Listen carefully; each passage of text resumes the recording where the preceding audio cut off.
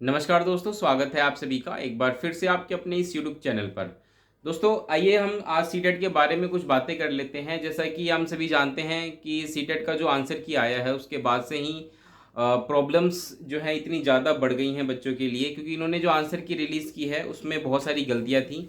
ये आपने भी देखी और ये मैंने भी देखी, हम सब ने ये सारी चीज़ें देखी। अब सवाल ये उठता है, आप सारे बहुत सारे बच्चे परेशान हैं जिनके मार्क्स कम आ रहे हैं, मतलब 89 है या 90 के बीच में है, बॉर्डर लाइन पर हैं ये बच्चे, और इनको ये इस बात का डर है कि कहीं इनके मार्क्स कम ना हो जाए। या जो रिजर्व कैटेगरीज हैं जो 82 मार्क्स लेकर आए हैं उनको भी इस बात का डर है कि उनके मार्क्स कम ना हो जाए। इस बारे में थोड़ा सा चर्चा कर लेते हैं कि मार्क्स घटने की कितनी संभावना है। ठीक है, तो देखिए मार्क्स घटने की संभावना सिर्फ एक ही केस में है। वैसे तो दो केस में हो सकता है कि मान के चलिए कोई प्रश्न गलत है और उस गलत प्रश्न को लेकर के किसी ने चैलेंज ये कर दिया कि भाई ये तो प्रश्न ही गलत है। सीबीएसई ने उस चीज़ को देखा, अच्छे से एनालाइज किया। सीबीएसई ने भी इस बात को माना कि हाँ भाई प्रश्न गलत है। लेकिन सीबीएसई ने अगर मान के चलिए ये डिसीजन ले लिया कि इस प्रश्न को हम हटा रहे हैं, मतलब 150 नंबर का क्वेश्चन है, उसमें से हम ये क्वेश्चन हटा रहे हैं, इसको हम इवेल्युएट नहीं करेंगे, मतलब 149 क्वेश्चन को हम इवेल्युएट करेंगे, तो उस केस में आपके मार्क्स घटेंगे। लेकिन वो घबराने वाली बात नहीं है। हालांकि ऐसा होगा नहीं, सीटेट ऐसा नहीं, सीबीएसई ऐसा नहीं करेगी कि वो आपके मार्क्स घटाएगी, वो आपको एक बोनस मार्क्स दे देगी। हालांकि अभी एक प्रश्न में हुआ भी है, पेपर 1 की मैं बात करूँ तो मैथ का एक क्वेश्चन था नंबर्स के ऊपर, जिसमें कि integers and whole numbers, rational irrational, इनको लेकर के कुछ 4 स्टेटमेंट बना दिए थे। पूछा था कि इनमें से कौन सा सही है। अब उसमें चारों ही ऑप्शन ठीक थे। तो अब आप देखें तो क्या ये क्वेश्चन ठीक है? अगर आप किसी सवाल में 4 ऑप्शन दे देंगे तो उस क्वेश्चन को हम सही थोड़ी मान सकते हैं। ऑप्शन सारे सही थे बट सवाल सही नहीं था, सवाल सेट गलत तरीके से किया गया था। तो सीबीएसई ने क्या किया, खुद से ही इस गलती को मानते हुए सभी को एक एक नंबर दे दिए। कैसे दिए? उन्होंने अपनी आंसर की में एक कोड दे दिया जेड, उस क्वेश्चन के सामने जेड कोड दे दिया। अब उस जेड का मतलब क्या है? उस जेड का मतलब ये है कि भाई सभी सारे ऑप्शन ठीक हैं और सभी को एक तरीके से एक एक नंबर दे दिए। क्योंकि आप में से जिस भी बच्चों ने क्वेश्चन को अटेम्प्ट किया, सबने चारों में से कोई ना कोई तो एक ऑप्शन ऑफकोर्स लगाया ही होगा। तो इस तरीके से उन्होंने सभी को एक एक मार्क्स दे दिए। हाँ, अगर किसी ने क्वेश्चन अटेम्प्ट ही नहीं किया तो उस केस में क्या है कि उसके मार्क्स नहीं दिए जाएंगे। तो यहाँ से हमने ये सारी चीज़ें समझी कि किस प्रकार से गलत होता है। तो मतलब वहाँ उस केस में क्वेश्चन मार्क्स घटने की संभावना नहीं है। मार्क्स घटने की संभावना तभी है जब आपने किसी क्वेश्चन का आंसर दिया है, आंसर की में भी वही आंसर दे रखा है। ठीक है, आपको लग रहा है कि भाई ये प्रश्न मेरा ठीक है, लेकिन किसी दूसरे व्यक्ति को ये बात समझ में आ गई कि नहीं प्रश्न में गड़बड़ है, उसने कोई ऑथेंटिक प्रूफ दे दिया सीबीएसई को, और सीबीएसई ने बाद में एक्सेप्ट कर लिया और अपनी गलती मानते हुए उसका आंसर चेंज करके जो सही आंसर था उसको रिलीज कर दिया। तो उस केस में क्योंकि आपने पहले सीबीएसई के अकॉर्डिंग जो आंसर की थी वो ऑप्शन लगाया था और आप सोच रहे थे कि आपके मार्क्स तो आपके तो मतलब नंबर उस चीज़ के मिलेंगे आपको, लेकिन रिवाइज आंसर की में वो आंसर आप मार्क्स आपके घट सकते हैं, क्योंकि जो नई आंसर की आएगी उसमें उसके मार्क्स आपको नहीं मिलेंगे, क्योंकि सीबीएसई ये बात मानती है कि वो क्वेश्चन गलत है। तो सिर्फ इसी केस में आपके मार्क्स एक तरीके से घटेंगे। यानी कहने का मतलब ये है कि एक ही केस है जब आपके मार्क्स घटेंगे, अदरवाइज आपके मार्क्स नहीं घटेंगे। ठीक है, तो मार्क्स बढ़ने की कितनी संभावना है? तो मार्क्स बढ़ने की भी उन्हीं की संभावना है जो आंसर्स को चैलेंज करेंगे, क्वेश्चंस को चैलेंज करेंगे, और उनका क्वेश्चन अगर एक्सेप्ट हो जाता है, चैलेंज एक्सेप्ट हो जाता है, तो उस केस में जिन बच्चों ने उस ऑप्शन को ठीक किया था सिर्फ उन्हीं के मार्क्स बढ़ेंगे। ले देकर देखिए 2 से 3 नंबर का खेल होगा पूरा, कोई ज़्यादा बड़ा फर्क नहीं होगा। ऐसे बच्चे जो 70 नंबर लेकर बैठे हैं और 82 नंबर का इंतजार कर रहे हैं, या 80 लेके बैठे हैं, 90 नंबर का सोच रहे हैं कि मार्क्स बन जाए उनके, तो ऐसा नहीं होने वाला। मार्क्स में बढ़ने की या घटने की संभावना, घटने की संभावना मैं कहूँगा बहुत कम है। संभावना है कि आपके मार्क्स बढ़ जाएं, और उस केस में भी मार्क्स कब बढ़ें, कितने बढ़ सकते हैं? 2 से 3 नंबर का डिफरेंस होगा ज़्यादा से ज़्यादा। हालांकि मुझे इसकी संभावना भी बहुत कम दिख रही है। उसका कारण सिर्फ मैं ये समझता हूँ क्योंकि सीबीएसई ने खुद से ही 3-4 क्वेश्चन पहले ही गलत मान लिए। कैसे? अगर आप आंसर की देखें तो उन्होंने बहुत सारे कोड दे रखे हैं, ABCDEFZ, ये कोड दे रखे हैं। हर एक कोड का मतलब है, जैसे कि जेड का मतलब तो है कि सारे ऑप्शन ठीक हैं, और बाकी कोड्स का मतलब ये है कि 2 ऑप्शन उन्होंने मल्टीपल तरीके से माने हैं कि भाई ये ठीक है। तो कहने का मतलब ये है कि सीबीएसई खुद समझती थी कि भाई इन प्रश्नों को गलत तरीके से सेट किया गया है, और पहले ही एक्सेप्ट करते हुए 3 से 4 क्वेश्चन आप देखेंगे आंसर की में आपको मिल जाएगा ज़रूर, 3 से 4 क्वेश्चन जो हैं वो उन्होंने पहले ही करेक्ट कर दिए। इसके बावजूद ज़्यादा मतलब बचता नहीं है कुछ प्रश्न चैलेंज करने को। 2 से 3 क्वेश्चन ही मैं इसलिए कह रहा हूँ क्योंकि उसके ऑथेंटिक प्रूफ हैं, इसके अलावा और कोई क्वेश्चन नहीं है। क्वेश्चन तो वैसे बहुत सारे हैं, मतलब 15-16 क्वेश्चन तो मैंने खुद ऐसे देख लिए जिनको चैलेंज किया जा सकता है। लेकिन दिक्कत कहाँ आ रही है कि वो भाई पेडागोजिकल क्वेश्चन है, सीडीपी के क्वेश्चन है, और वहाँ पे ऑथेंटिक प्रूफ देना बहुत ही मुश्किल काम है। लेकिन 2 क्वेश्चन तो मुझे पता है जिनको कि चैलेंज किया गया है, और मैंने खुद से 2 क्वेश्चन चैलेंज कर दिए हैं। देखते हैं उनका क्या रिजल्ट रहता है। एक्सेप्ट होना चाहिए क्योंकि मैंने खुद एनसीईआरटी के कुछ रेफरेंस बुक्स को कोट कर दिया है। अब देखते हैं क्या होता है। हालांकि मुझे उम्मीद है कि कम से कम वो 2 क्वेश्चन तो एक्सेप्ट होंगे। ठीक है, तो इसलिए 2 से 3 नंबर का खेल है, इससे ज़्यादा नहीं है। इसको लेकर आप परेशान ना हो। बात करते हैं कि भाई अब रिजल्ट फाइनल कब आ सकता है, क्योंकि आंसर की तो देखिए आज लास्ट डेट है इसको चैलेंज करने की।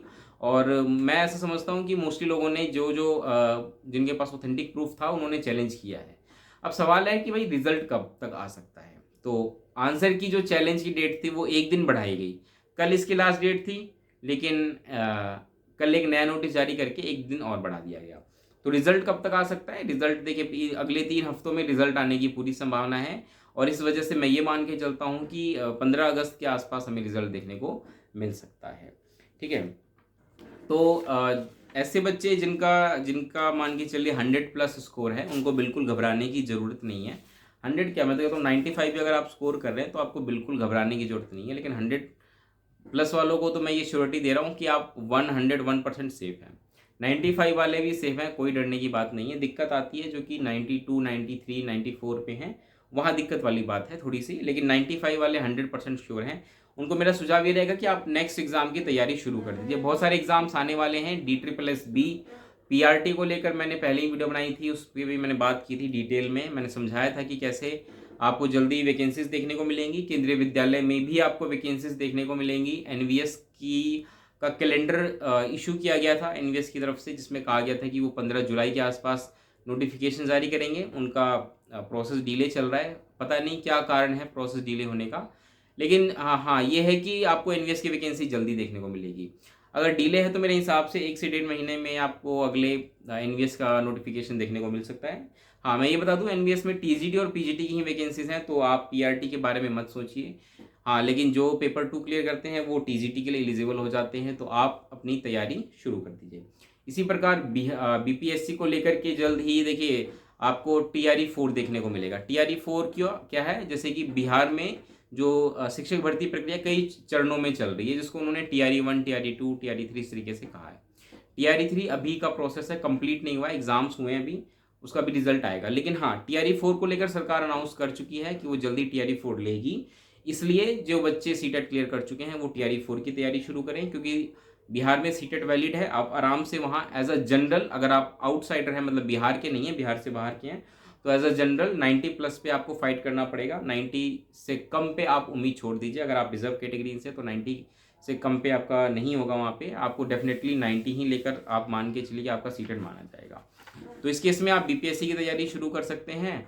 और यूपी टेट को लेकर के हमने बात की थी, सुपर टेट को, कि कुछ मतलब 1.5-2 महीने पुरानी बात है, जो वहाँ की जो सीएम है योगी आदित्यनाथ जी, उन्होंने भी इस पर बात की थी कि जल्द ही वो वहाँ पे जो भर्ती प्रक्रिया है उसको लेकर के कुछ जल्दी ही कुछ अच्छी खबर देंगे। ठीक है, तो ये सारी चीज़ें हैं। नेक्स्ट सीटेट कब हो सकता है मैं आपको बता दूं। ऐसे बच्चे जिनका स्कोर काफ़ी कम बन रहा है, ऐसे बच्चे नेक्स्ट सीटेट की तैयारी शुरू कर दीजिए। नेक्स्ट सीटेट डेफिनेटली होगा। एग्ज़ाम डेट की मैं बात करूं, नेक्स्ट सीटेट का एग्ज़ाम कब तक हो सकता है, तो एग्ज़ाम देखिए दिसंबर एंड तक या जनवरी के मिड तक आपको देखने को मिलेगा। अगर दिसंबर के एंड में नहीं हो तो फिर जनवरी के मिड में आपको एग्ज़ाम देखने को मिलेगा। तो दिसंबर और जनवरी, ये दो आप दिमाग में आप दिसंबर लास्ट रखिए, ठीक है, कि दिसंबर लास्ट में एग्ज़ाम होगा। यानी कि अभी जुलाई ख़त्म होने वाला है, वही 5 महीने आपके पास हैं। तो इस 5 महीने में आप अच्छी जी तोड़ मेहनत करके अच्छी तैयारी करिए। हाँ, इसका नोटिफिकेशन कब आ सकता है, तो जैसा मैंने बताया मिड अगस्त तक जो अभी प्रोसेस चल रहा है उसका रिजल्ट हो जाएगा, फाइनल आ जाएगा मिड अगस्त तक। और उसके 1 महीने बाद तक हम मान सकते हैं कि नेक्स्ट नोटिफिकेशन इशू हो सकता है, यानी कि 15 सितंबर के आसपास हमें नेक्स्ट नोटिफिकेशन देखने को मिल सकता है। तो ऐसे बच्चे जो तैयारी करना चाहते हैं वो बिल्कुल तैयारी करिए, क्योंकि आप अपना इंतज़ार मत करिए रिजल्ट का। 3 हफ्ते भी आप अपना क्यों ख़राब करेंगे। अगर आप ये चीज़ समझते हैं कि मेरे मार्क्स बहुत कम हैं और नहीं हो पाएगा, तो कोई बात नहीं, आप नेक्स्ट सीटेट की तैयारी शुरू करिए। जल्दी हम अपने चैनल पर आपको गाइडेंस देते रहेंगे कि अगला सीटेट अगर आप कर रहे हैं तो आपको किन बातों का ध्यान रखना है। इसके साथ साथ लेक्चर्स भी हम लेकर आएंगे जल्दी सीटेट 2025 को लेकर के। उम्मीद है कि आप हमारे चैनल को सब्सक्राइब करेंगे। देखिए अगर वीडियो पसंद आती है तो लाइक तो ज़रूर करिए, अपने दोस्तों तक शेयर करिए, चैनल को सब्सक्राइब करिए। देखिए क्या है कि हम कोशिश करते हैं कि आपको चीज़ें सही और सटीक तरीके से पता चले, है ना। बातों को ज़्यादा बढ़ा चढ़ा के बोलने से कुछ होगा नहीं, क्योंकि मैंने खुद 3 बार सीटेट क्लियर किया है, थोड़ा एक्सपीरियंस मैं रखता हूँ इन चीज़ों का। और ऐसा नहीं है कि मैंने कई एफर्ट किए, नहीं, मैंने अपने पहले अटैम्प्ट में ही चीज़ें क्लियर की हैं। सीटेट मैंने 2015 में पहली बार दिया था, उस वक्त मैं अपनी टीचर ट्रेनिंग में था, टाइट मैंने की है दिल्ली से।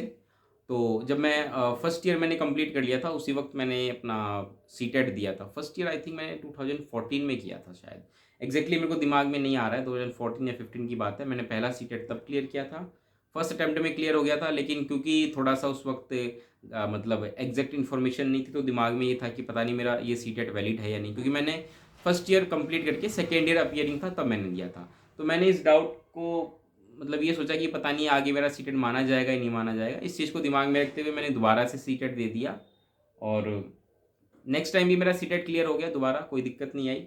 हाँ, और अभी रिसेंट में मैंने अगस्त 23 में दिया था, वो मैंने पेपर 2 दिया था। इससे पहले मैंने पेपर 1 दिए दोनों, और पेपर 2 मैंने अभी अगस्त में ही दिया था, तो वो भी मेरा अच्छे नंबर से हो गया। ठीक है, इस पर कभी डिटेल में चर्चा करेंगे, मैं बताऊंगा कि कैसे मैंने चीज़ें मैनेज की, चीज़ों को हैंडल किया है, कैसे सारी चीज़ें आप भी कर सकते हैं। ये है कि आप बस मुझसे कुछ चीज़ें अच्छी जो आपको लग सकती हैं वो ले सकते हैं, एज ए, ये नहीं कि बिल्कुल एग्जैक्ट कॉपी ही करें, लेकिन हाँ कुछ चीज़ें जो आपको लगता है कि भाई मेरे से सीखने वाली हैं, काम की हैं, तो आप उन चीज़ों को आपके फ़ायदे के लिए है तो मैं ज़रूर आपके सामने चीज़ें लेकर के आऊँगा। और हाँ, वापस से वही बात कि चैनल को सब्सक्राइब कर दीजिए, पहली बार मेरी वीडियो देख रहे हैं तो, और हाँ लाइक करके अपने दोस्तों तक शेयर कर दीजिएगा। मिलते हैं दोस्तों अगली वीडियो में, तब तक के लिए नमस्कार, धन्यवाद।